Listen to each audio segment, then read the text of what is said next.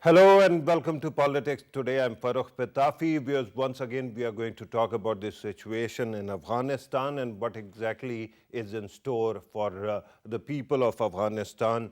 At this moment, it is clear that Afghan Taliban are present in Kabul, on the streets of Kabul, although they have taken over the Afghan presidential palace. We haven't seen any statement of coming from them declaring themselves as the government.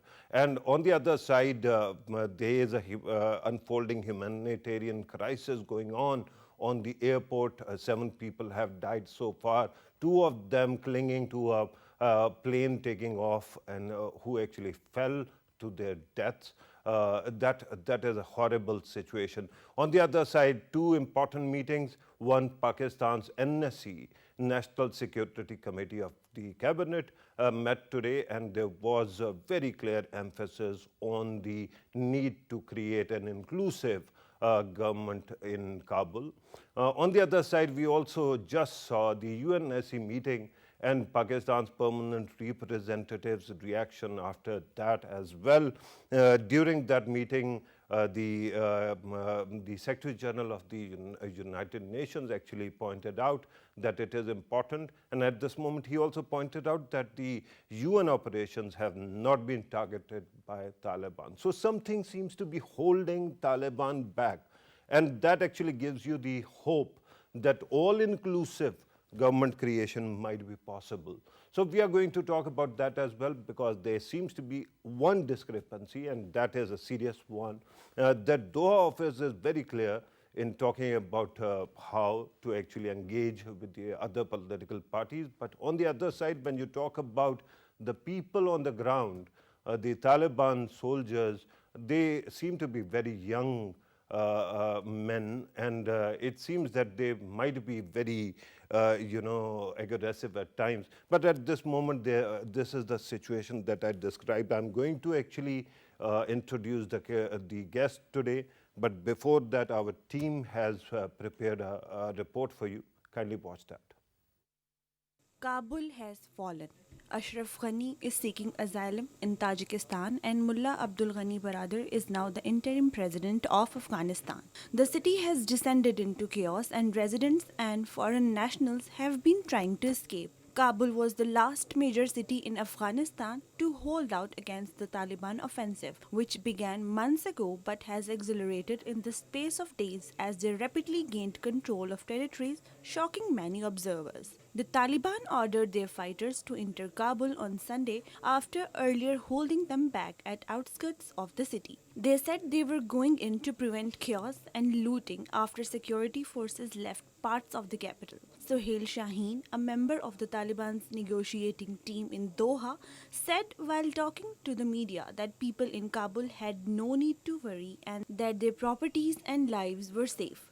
However, there were scattered reports of fighting in and around the cities, especially at the Kabul airport and the Karabakh district. Few days ago, Prime Minister Imran Khan spoke to Turkey's President Erdogan, with the two leaders reviewing the rapidly evolving situation in Afghanistan. The Prime Minister had told Erdogan that the National Security Committee would meet to further deliberate over the evolving situation. The two leaders would consult again after the meeting with a view to coordinate their efforts. The Prime Minister reaffirmed Pakistan's resolve to continue all efforts in support of an inclusive political solution in Afghanistan. Right. Now, let me introduce the guest I've got in the studio with me on the panel. First of all, it is Khalid Taimur Akram Saab, who is Executive Director for Center for Global and Strategic Studies, Islamabad. Thank you very much, sir, for being part of the program. Next to him is Senator Anwarul Haq Kakar, who is a senator of Balochistan Awami Party. He hails from a province that is adjacent to and contiguous to Afghanistan, but also his party is a coalition a member of the ruling coalition at the center, and he's a great resource. Thank you very much, sir, for being part of the program. Next to him is a man, if I start actually introducing him in detail, so it will take 5-10 minutes, I think, because he has 3 PhDs. He also has Barrett Law and has been a politician, but he also is a great resource on Afghanistan. Barrister Muhammad Ali Saif Saab also joins us in the studio. He's a senior analyst. Thank you very much, sir. Today you are actually donning your analyst hat, right? So we are going to actually discuss it in a bit, but first of all, I have to read these 3 important cards for you. Let us see what the cards say. Pakistan remains committed to an inclusive political settlement as the way forward, representing all Afghan ethnic groups. National Security Committee has actually stated it. Then there's another statement. It is now time for the international community to work together to ensure an inclusive political settlement for long-term peace, security, and development of Afghanistan, the region, NSC. All parties in Afghanistan need to respect the rule of law, protect fundamental human rights of all Afghans, and ensure that Afghan soil is not used by any terrorist group against any country. NSC again. So these were 3 very important statements that I had to read to you. With your permission, Khalid Saab, I have to start with the Barrister Saab, if you don't mind. Barrister Saab, it is clear that Kabul has fallen. Now what comes next? Well, I believe after the fall of Kabul, in inverted commas, I mean, it has been captured, and hopefully things will settle down soon, maybe in a day or 2. And a clear picture will emerge insofar as the political dispensation of Afghanistan is concerned, as to who will govern and how, what will be the governing mechanism in place. But I believe that Afghans have a long, arduous process and journey which they are facing right now, because they have to now embark upon the process of nation building and state building. The state structures have almost collapsed.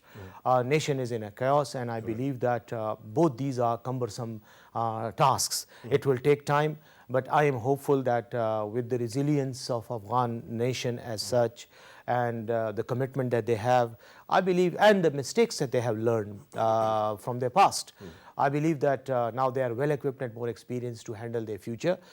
Inshallah, Pakistan as a neighboring country, we have a responsibility, and we have a moral as well as a political obligation to see Afghanistan stable and peaceful and prosperous, because that will in a way add to the prosperity and peace of this region as well, in which we are situated. So I believe that Pakistan is also having its door open for all the efforts and initiatives that Pakistan can undertake to promote peace in Afghanistan, like the recent visit of Afghan delegation. Non-Pashtun senior leaders who arrived yesterday, they are still and here. Many more efforts that Pakistan has done in the past. Right, and we are going to talk about that as well. Let me bring in Senator Kakar. Senator Kakar, your take on the future of Afghanistan. Well, as we see the emerging developments across the border in Afghanistan, the first thing which strikes my mind is that the current regime or the political dispensation, which forcefully, relatively in a bloodless situation, has taken the control of the territory. But now they have to morph from a rogue militia who has resisted an occupant force, how they would be able to administer statecraft, how they would be able to manage the governance, the challenges of the governance. And that to me appears to be a larger challenge, a bigger challenge. Whether this group or people associated with these group, are they prepared? Are they ready to take on this challenge? How do they cater for the peace and security of the common Afghan, as we shouldn't forget that these are the people who has faced enormous problems for last 4 decades. Even the Right. word problem wouldn't describe their miseries, Yeah, the kind of tragedies, yeah. tragedies they have gone through, the common Afghan. And how they would be able to connect themselves, which my honorable colleague Saf was referring to, the mechanism of the government, how they would connect with the regional powers, with the global power. Right. Would they be able to appear and function as a normal country? That needs to be seen, and that appears to be the biggest challenge.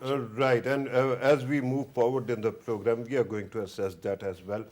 But let me repeat the same question, Khalid Taimur sir, you want to comment on this as well. Afghanistan's future, what do you see is in store? And secondly, before coming to the program, you and I were discussing the Taliban's organogram.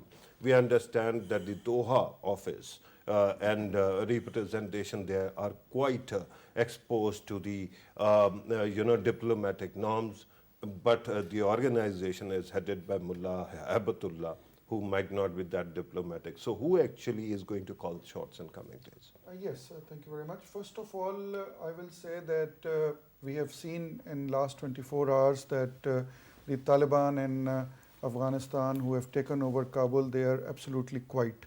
So they are quiet because of 3 reasons. One, their main leadership is either sitting in Doha or in the neighboring countries negotiating some kind of settlement. 2, these Taliban are not the same version of Taliban which was before 9/11.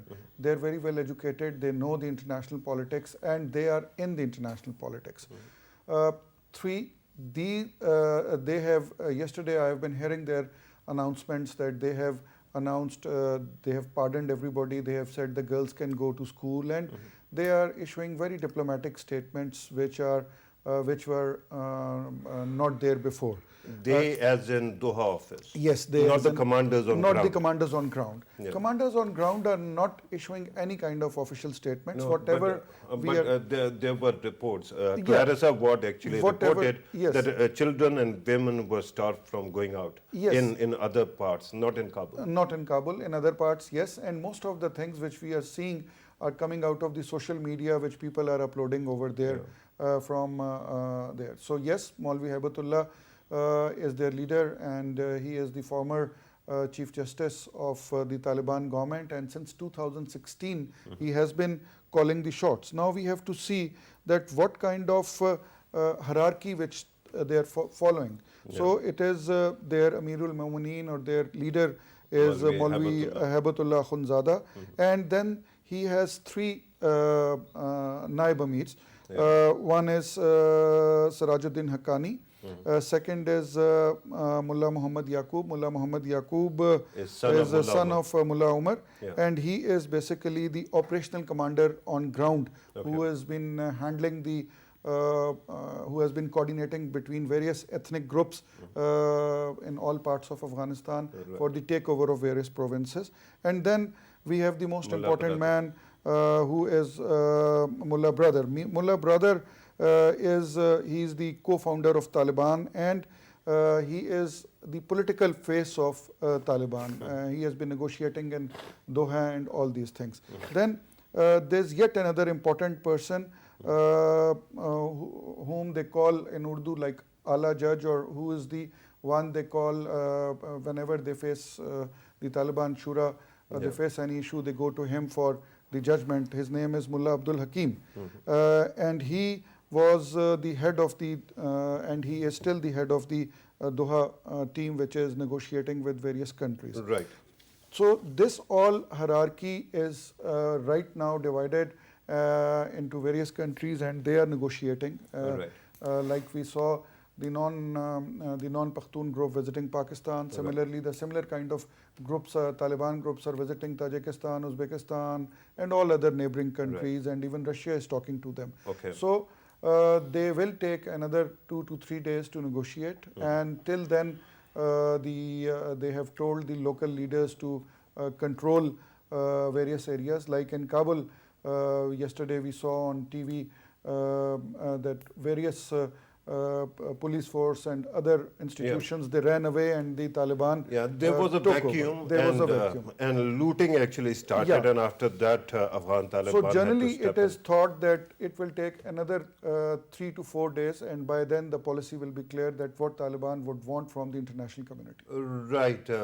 Barrister Saif, do you think that whatever dispensation emerges, the international community is going to acknowledge it? Well, Pitafi Saab, the international dispensation or political realities are basically dictated by the ground realities in politics. Taliban have effectively taken over almost all Afghanistan. Right. It's under their military control at the moment. And that's a de facto situation Right. where any government which wants to deal with Afghanistan in one way or the other has to, whether they like it or not, interact with Taliban at the moment, because I mean they are the only force on the ground. Number one. Number two, I believe that the Taliban takeover of Afghanistan is one of the biggest strategic upheavals in the region at the moment. Right. It has actually dismantled or actually put into disorientation all the established realities, political realities that we had in this region for the last 2 decades. Right. So And therefore assumptions now, also. Exactly. So now every power in the world, all the regional as well as global powers, they will have to keep this changing scenario in mind before they make up their mind whether or not they want to recognize Afghanistan or not. But you see, in international law there are 2 types of recognitions. One is de facto and the other is de jure. Right. I believe that the de facto recognition has to come one way or the other, because they are in de facto It control has of Afghanistan. already come. But in my opinion, as Khalid Saab and my colleague Anwar both have pointed out, I believe that there is an important element that we have to consider in the futuristic perspective of Afghanistan as to what is going to evolve. If we have to analyze that, then we must consider that Taliban primarily was and still is a guerrilla resistance movement. Right. They emerged in 1995-96, and it is now almost 25 years old guerrilla movement. Right. Number one, guerrilla movement is effective militarily when they have an enemy to fight against. The enemy was there, the United States of America, now they have withdrawn.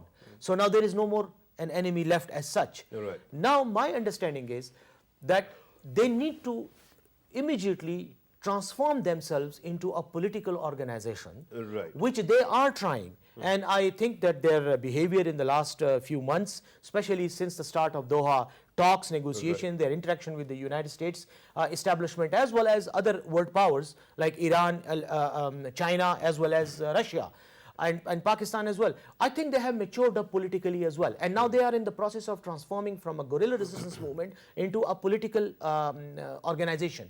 However, it will still take time. Time in the sense, in 2 senses, I mean. 25 years are not No, enough? not at all, because now they are in the driving seat. Okay. So once you sit in the driving seat, then your responsibilities are different Yeah. than while you're trying to shake the driving Right. seat. And this question of legitimacy, Senator Saab, is very important because since in 1995, Taliban took over, 96. Since then, till 2001, the UN and the world community didn't recognize Taliban's government, even though they were controlling 97-98% of Afghanistan. But there was a complication at that time. There was a legitimate de facto de jure government that was sitting in Mazar-e-Sharif. This time, the president has resigned. So now what happens? Oh, well, there is a void. There is a legal void, there is a constitutional void, and there is a void of political norm. It's a challenge not just for the region, it's a global challenge as well. I mean, I recall Prime Minister of Britain was talking yesterday, and he was trying to elaborate that this is a difficult situation. But he also appealed to others not to recognize Taliban's government. Yes, he did say, but he impliedly said that whatever needs to be done, we should do it collectively. There shouldn't be a bilateral recognition or relationship with that, as far as I could have understood the statement. Right. So, Senator Saab, sorry to cut you. Federal Minister for Information joins us on telephone. Fawad Chaudhry Saab has joined us. Fawad Chaudhry Saab, thank you very much, sir, for your precious time. Let me ask you, what happens next and how Pakistan is going to facilitate the peace process or the political process in Afghanistan? And there seems to be an unfolding humanitarian crisis at Kabul airport. What happens to that, sir? Can Pakistan play a role? Uh, well, obviously, Pakistan is probably the most important regional player as far as the Afghanistan issue is concerned, and without Pakistan's role, really things cannot really settle down. So today we held our Prime Minister chaired this the Pakistan National Security Council meeting, and the statement you must have read by now clearly spells out what really we are looking for. We are looking for an inclusive government in Afghanistan in partnership with the Committee Forward, and we are working right now with all stakeholders. It includes the regional players, it includes international players, as well as the different groups within Afghanistan. So we're working with, with Taliban. We're working with former Northern Alliance people, different ethnic groups. We're trying to bring them together so they can form an inclusive government in Afghanistan, and that's the only way. We actually tried to convince Mr. Ashraf Ghani that he will not be able to rule Afghanistan exclusively, and he has to give share to other ethnic groups, other communities, which he failed to do. And right now, and obviously the Pakhtuns were major. You can imagine that Pakhtuns constitute about 48% or maybe 52% of Afghan population, but in the Ghani regime, they were holding only 9% of the Afghan government. So you can imagine the disparity in Afghanistan. So now our effort is that we are trying to convince the Afghan Taliban and other groups that they cannot rule exclusively. So they have to have ethnic representation. So this is how a democracy works. This is how a modern governments work. And we would like Afghanistan to be a forward-looking government. We'd like them to respect human rights. We'd like them to respect internationally recognized fundamental rights. This is how we look at Afghanistan. Right, and regarding the humanitarian situation, the UNGA actually, SG, the Secretary General spoke earlier, and he called on all countries to actually stand united and help Afghanistan's people. We are seeing that there might be panic or fear at Kabul airport, elsewhere as well. So, can Pakistan play a role here, sir? Well, we are trying. We are, our right now, our embassy is open. We have helped journalists to come out, media people, and today I received a call from president of Committee to Protect Journalists, and he thanked Pakistan for its role. We are also playing role to evacuate international people affiliated with international organizations. Even, the Afghans were willing to leave the country. So we are open and we are working. Our consulates are working right now. Right. Fawad Chaudhry sir, one very important aspect that one has to actually ask you, and that is how are you reading the situation in Afghanistan? Were you, especially the government of Pakistan, expecting that the Kabul government will unfold this quickly? Well, till today, the I would say the light in the end of the tunnel is that there is no violence, there is no bloodshed, and transition is apparently very smooth.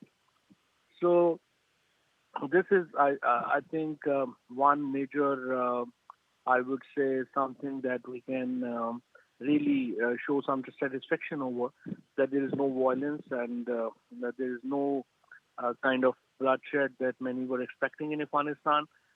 And till today, there is no exodus of the people also. And there's no migration towards Pakistan. but situation is evolving. It's tricky, so we cannot, predict about tomorrow. But let's hope we are trying. Right. I was asking about Ashraf Ghani's government. There was assessment internationally that the government might fall, but did you see that it might fall so soon? Within 9 days, Afghan Taliban took over the entire country very swiftly, sir, and the security forces disappeared. Yeah, because I think Mr. Ghani literally failed to provide any leadership. So he literally ran away. So you can see that even his own ministers and cabinet has now criticized him. So when there was a vacuum, the leader himself literally ran away. So what there has to be, the transition, and I don't think so. Afghan forces have even bothered to, to fight. There is no fight, literally no fight, and this is fairly bloodless event. Right.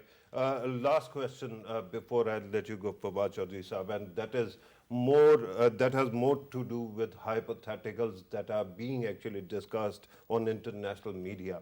I understand that Pakistan supports an inclusive government and a process that builds a government, but one hypothetical is that it might fail, and in the end, Afghan Taliban take over Kabul. So the international community is asking whether Pakistan will recognize the next government, whatever it is in Afghanistan, or there will be caveats.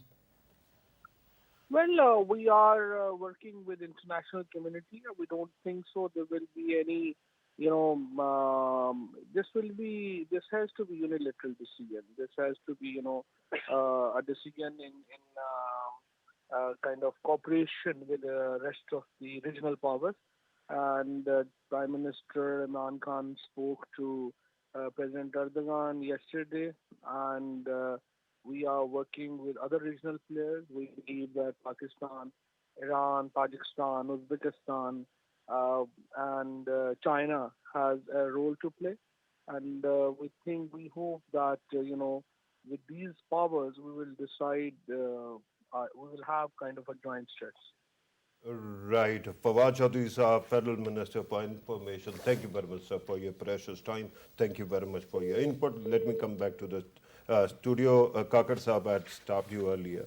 If you want to build on that point about recognition and how Afghan government, whatever it is, will be treated by international community, please go on. Yes, this is what exactly I was trying to elaborate. Yeah. That this time what it appears for last 48 hours particularly, and generally by the engagement of Taliban with the Doha talks and then later on Doha agreement, that there is a deep wish which appears on their side that they're looking for international recognition. Right. And that sort of legitimacy would enable them to go for service delivery on the part of the Afghan state, on the behest of the Afghan state for its own populace. I think so they do appreciate that they have a realization that if they are disconnected and they remain in isolation, the kind of a struggle which they claim they have gone through for the last 2 decades would be without fruits, and it would be a fruitless sort of a tree from where there would be no beneficiary. Right. And on the basis of this realization, I feel that region, Pakistan can take a lead role and fill in that void by engaging European Union, United Kingdom, United States, along with the regional players, China and Russia, all, and bring a sort of a mechanism which is acceptable based on universal human rights, the protection of minorities, all the relatively political liberal value system to which they are willing, in my opinion, to come on the middle path and seek a recognition and start functioning like a normal state. Right. Let me bring the same question to you, Khalid Saab. If you want to add on this, please do. Legitimacy. Yes, legitimacy is the basic requirement now for the Taliban government and for their leadership. One, this is the time when the regional powers have to play role, and I have been saying this before also, that for this purpose Shanghai Cooperation Organization can be one platform which can start playing an effective role. Presently all the countries surrounding Afghanistan are part of Shanghai Cooperation Organization, may it be China, may it be Tajikistan, Uzbekistan, even with the exception of Iran. no, Iran is also dialogue partner. Dialogue partner, but yeah, not a but member. not the main. Yeah. And Afghanistan is also a dialogue partner of the Shanghai Cooperation Organization. We are going to see that in next couple of days, Taliban will be negotiating more with the regional countries rather than the European Union and the Americans, because the response of the European Union is quite cold towards them. So they are now in the position of strength. So they would expect the world powers to respect them, and I would go with what our colleague Barrister Saif has said, that for the legitimacy they have to act like a political party, and they have to be more of politician rather than being freedom fighters or fighter against any kind of force. Guerrilla fighters. Guerrilla fighters. And in addition to that, they will be, they have to talk to United Nations also, and this is the time maybe the United Nations Security Council or the United Nations General Assembly should invite a delegation of Taliban, and instead of Doha, I think the talk should now shift to a broader platform where they should prove that why they should be given legitimacy. Kabul? Yeah, Kabul maybe. And also there's one other thing, I think on that Barrister Saif, since he's a lawyer, he can put more light on it. What I have read in the United Nations Charter, which was very initially written in late 40s, it is written that any group or any party controlling the major part of the country, United Nations has to accept that as the legitimate rulers of that area. Probably that was written in late 40s once the countries were evolving. But, actually in 1945 when it was created. So in between 1945 and 1950 their constitution was made, or so that thing is still there. So as per going the UN norms, United Nations may have to accept them as a legitimate power in Afghanistan in times to come. Right. Barrister Saif, one aspect which is really, really bothering for a father of two girls like me is how the Afghan women will be treated in coming days. We know that there are promises which have been made that they will be allowed with hijab to go to their workplaces and education. But what is happening so far on ground, I don't know whether it is because the Doha Council has not been able to shift to Kabul so far, or it is because of something else. Everyone seems to be panicked about it and worried. How important are women's rights, and who should be actually speaking for that right now? Well, I believe rights of women and rather human rights in general are the responsibility and kind of a duty of the collective burden, collective conscience of humankind. Right. I mean, So atrocities. UN. Yes. UN as well as humanity in general. I mean, atrocities or violation of human rights anywhere is a concern for everywhere. And I believe that every conscious human being, every human being with a heart, would empathize with those people who are living in a state of uncertainty at the moment, because Afghanistan is in a state of chaos right now. But I believe that, as I said earlier, that Taliban have grown, evolved and matured up over the last 20 years. They have very clearly realized that some of their practices, some of their views, which are too conservative, rather in a way obscurantist views, would not go now with their current responsibility that they hold as rulers of Afghanistan. Right. So I personally think that if you look at the statements coming from Taliban leadership, Mullah Baradar as well as Mullah Hakim, who is their media expert as well, spokesman kind of a person dealing with the media control of Taliban, he has also said that I mean, they are trying to assure women that there will be no you know, the repetition of Yeah. the same old policies. Yeah. However, I personally believe that yes, there may be some violations in some areas of Afghanistan because of the situation, because the situation is very fluid and volatile at the moment. It's still a war situation. There's a follow-up question that I want to bring to you Yeah. regarding women. We have seen that while Doha process was going on, women were talking to Taliban as well. But so far, we haven't seen any woman playing a role in any of the Taliban Shura, any of the Taliban bodies. Because of that, it is thought that maybe they will be tolerated and they will be able to work in the offices, but they won't be represented in any government that will be. But Pitafi Sahab, I mean, let's not forget the fact that there are certain ground realities that take time to evolve. Like, for example, Taliban's view of Islam, Sharia, is the typical tribal Pashtun traditionalist view.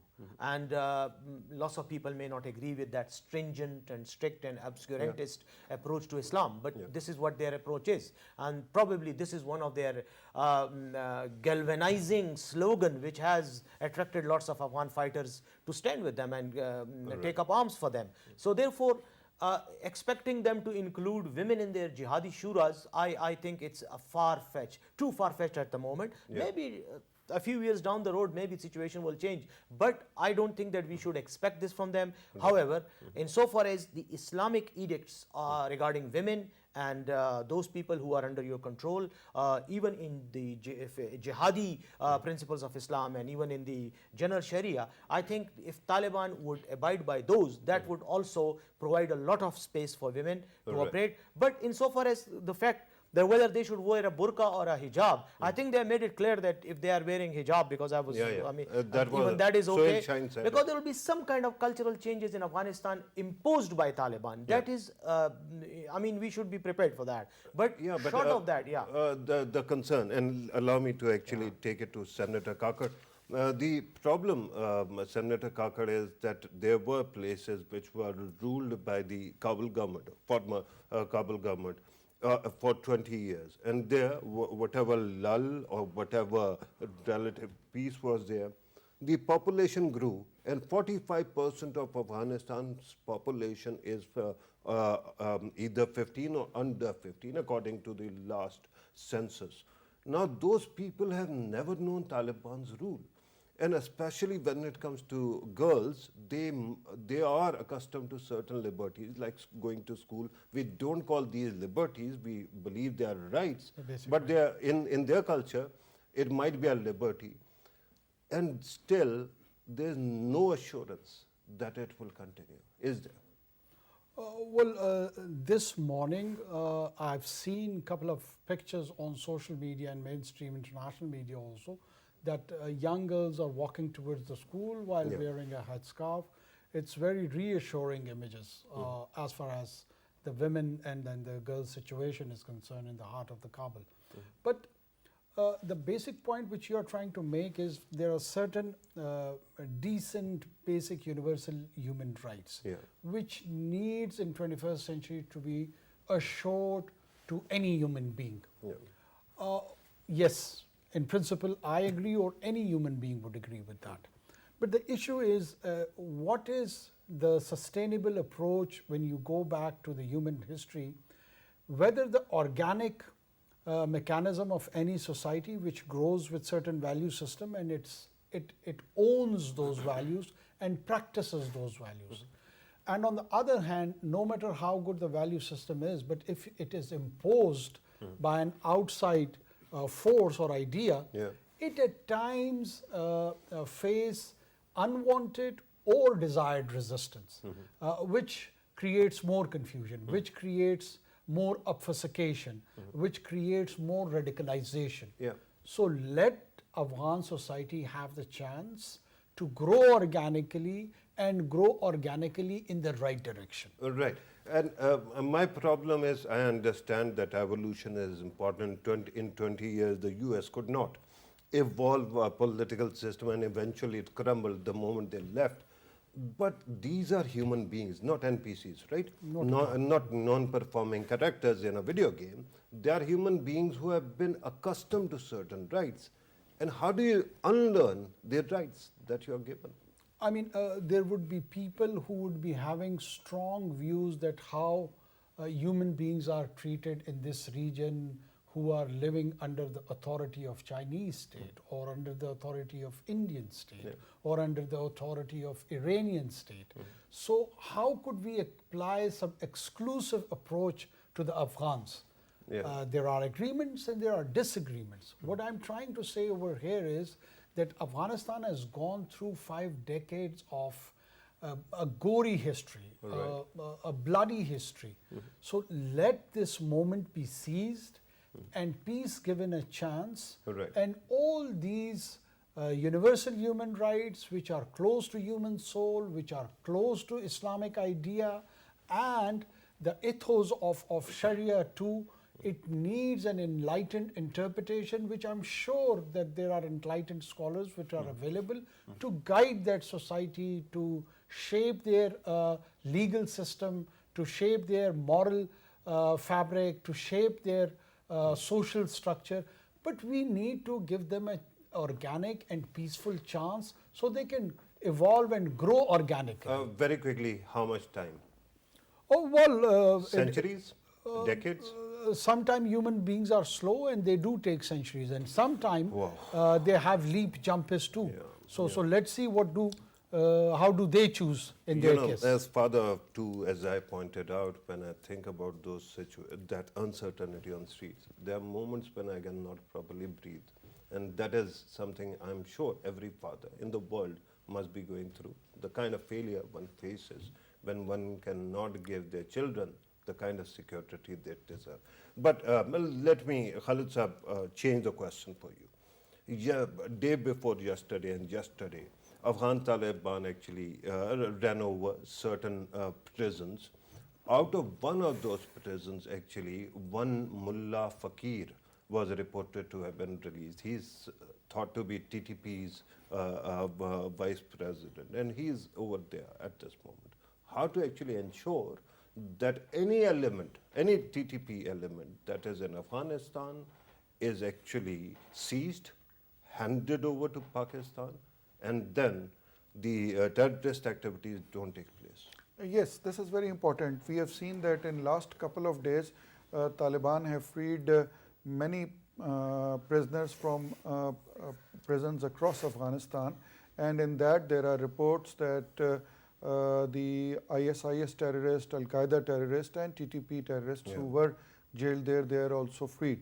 So now this is the time where Pakistan should be talking to them, to arrest all those people again and hand them over to Pakistan. Two, Taliban, this is going to be a very, very serious thing in front of the international community, that Taliban, for proving their legitimacy, they have to act on this. They have to be ensuring that all the foreign fighters who are present on the Afghan soil, may it be from any part of the world, they should be held in prisons and they should not be freed.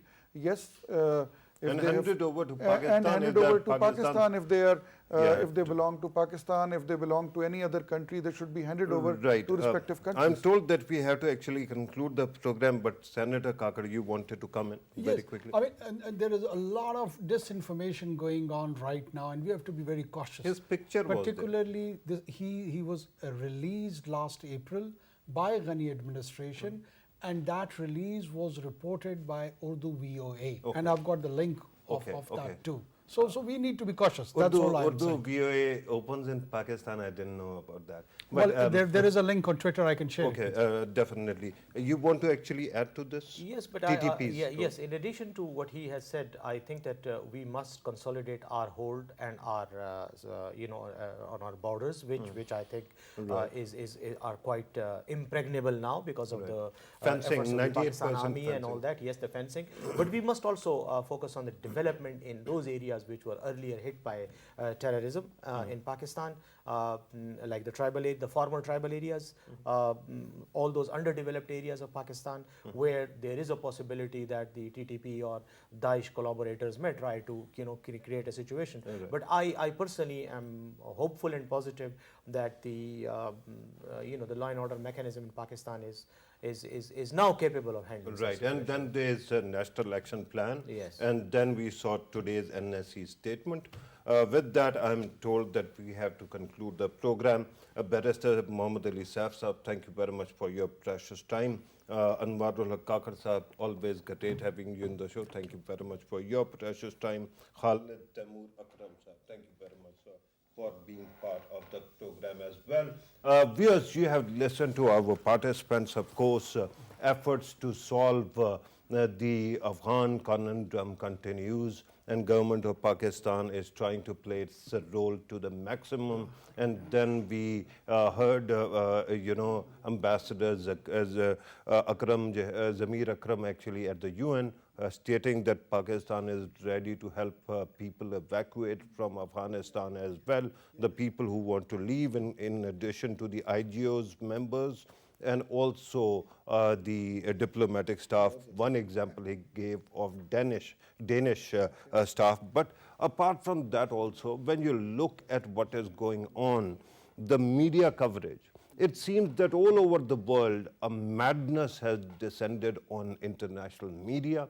And the way it is being reported is just to find somebody to blame.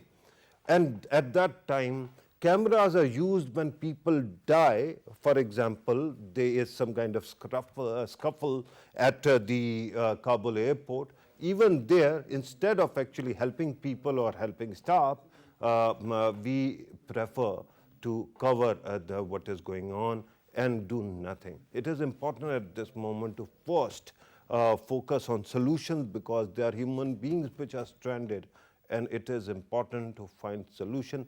Blame game can continue later on, but at this moment, let us save as many lives as possible. This was today's program. Thank you very much for watching. Take care.